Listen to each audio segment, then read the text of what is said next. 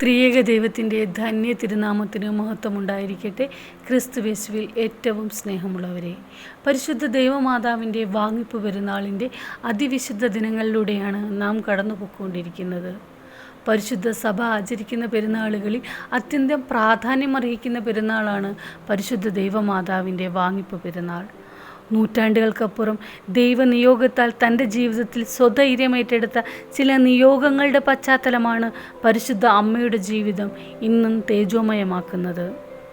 മനുഷ്യ ജീവിതത്തിന് 6 അടി മണ്ണിനപ്പുറം നിത്യതയോളം ജീവിതമുണ്ടെന്ന് സ്വന്തം ജീവിതം കൊണ്ട് കാണിച്ചു തരികയാണ് പരിശുദ്ധ അമ്മ നമുക്ക്. ദൈവപുത്രൻ വന്നു പിറന്ന കാലിത്തൊഴുത്തു മുതൽ കാൽവരി മല വരെയുള്ള ഈ അമ്മയുടെ ജീവിതം എപ്പോഴും നമുക്ക് മാതൃകയാണ്.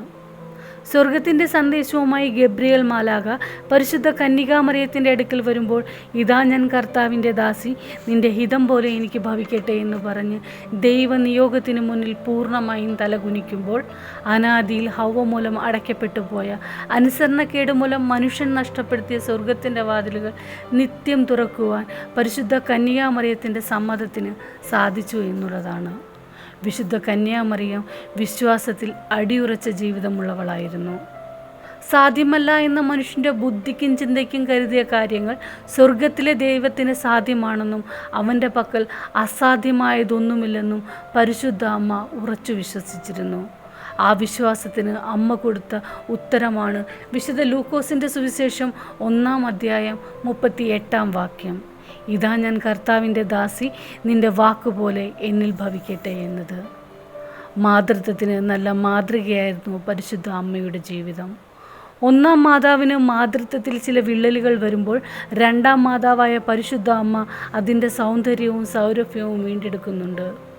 സ്വർഗത്തിൻ്റെ സന്ദേശത്തിന് വിധേയപ്പെട്ട് തൻ്റെ മുട്ടുകൾ ദൈവസന്നിധിയിൽ മടക്കി ദൈവഹിതത്തിനു മുന്നിൽ താഴ്മ ധരിച്ചുകൊണ്ട് ദൈവപുത്രന് ജന്മം നൽകി ജീവൻ നൽകുന്നവൻ്റെ മാതാവായി മാറി പരിശുദ്ധ അമ്മ. ദൈവപുത്രനെ മനുഷ്യപുത്രനാക്കി തീർത്തത് ഈ അമ്മയുടെ ജീവിതമാണ്. പരിശുദ്ധ അമ്മയുടെ ജീവിതം നമ്മോട് സംസാരിക്കുന്നത് ജീവിതത്തെ അതിൻ്റെ എല്ലാ അനുഭവങ്ങളോടും കൂടി അതേപടി സ്വീകരിക്കുവാനാണ്. സഹനങ്ങൾ ഏറ്റെടുക്കുക മാത്രമല്ല, അപരൻ്റെ സങ്കടങ്ങളെയും സഹനങ്ങളെയും തൻ്റെ സഹനങ്ങളാക്കി മാറ്റുവാൻ അമ്മയുടെ ജീവിതത്തിന് കഴിഞ്ഞിട്ടുണ്ട്.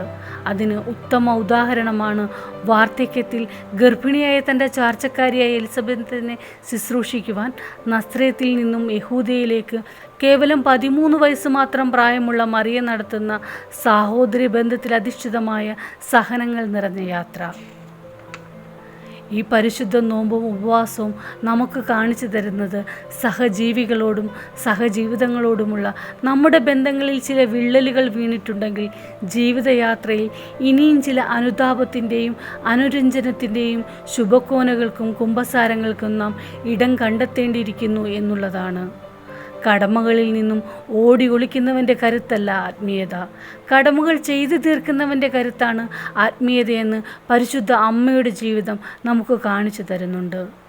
എത്രത്തോളം ഞാനും നിങ്ങളും ഉയർന്നിരിക്കുന്നുവോ അത്രത്തോളം വിനയത്തിൽ ജീവിക്കുവാൻ അമ്മ എന്നെയും നിങ്ങളെയും പഠിപ്പിക്കുന്നുണ്ട്. ഈ വിനയം തന്നെയാണ് കന്യകാമറിയത്തെ സ്വർഗത്തോളം ഉയർത്തിയത്. അതുകൊണ്ട് തന്നെയാണ് അവൾ ഭാഗ്യവതിയാണെന്നും 2-ാം ഹൗവയാണെന്നും പരിശുദ്ധ പിതാക്കന്മാർ പ്രാർത്ഥനയോടെ എഴുതി വെച്ചത്. സ്വർഗത്തിൽ നമുക്ക് പ്രാർത്ഥിപ്പാൻ ഒരു അമ്മയുണ്ടെന്ന ധൈര്യമാണ് ഈ ശൂനോയ പെരുന്നാൾ നമുക്ക് നൽകുന്നത്. ഈ അമ്മയുടെ പ്രാർത്ഥന നമ്മുടെ മുന്നോട്ടുള്ള ജീവിതത്തിന് ബലവും കോട്ടയുമായിരിക്കട്ടെ എന്ന് പ്രാർത്ഥിച്ചുകൊണ്ട് നിർത്തുന്നു.